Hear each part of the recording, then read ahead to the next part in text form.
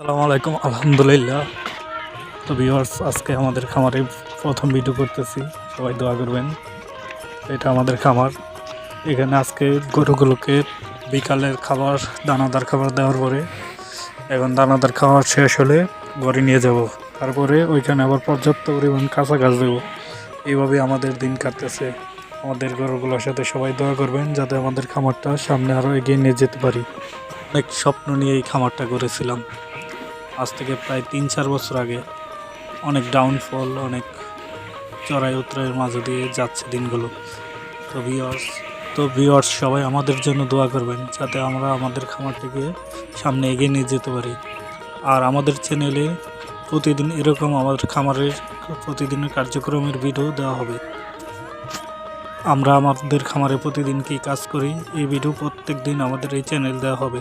তো ভিউয়ার্স আমাদের সাথেই থাকুন আর আমাদের চ্যানেলটিকে সাবস্ক্রাইব করে রাখুন।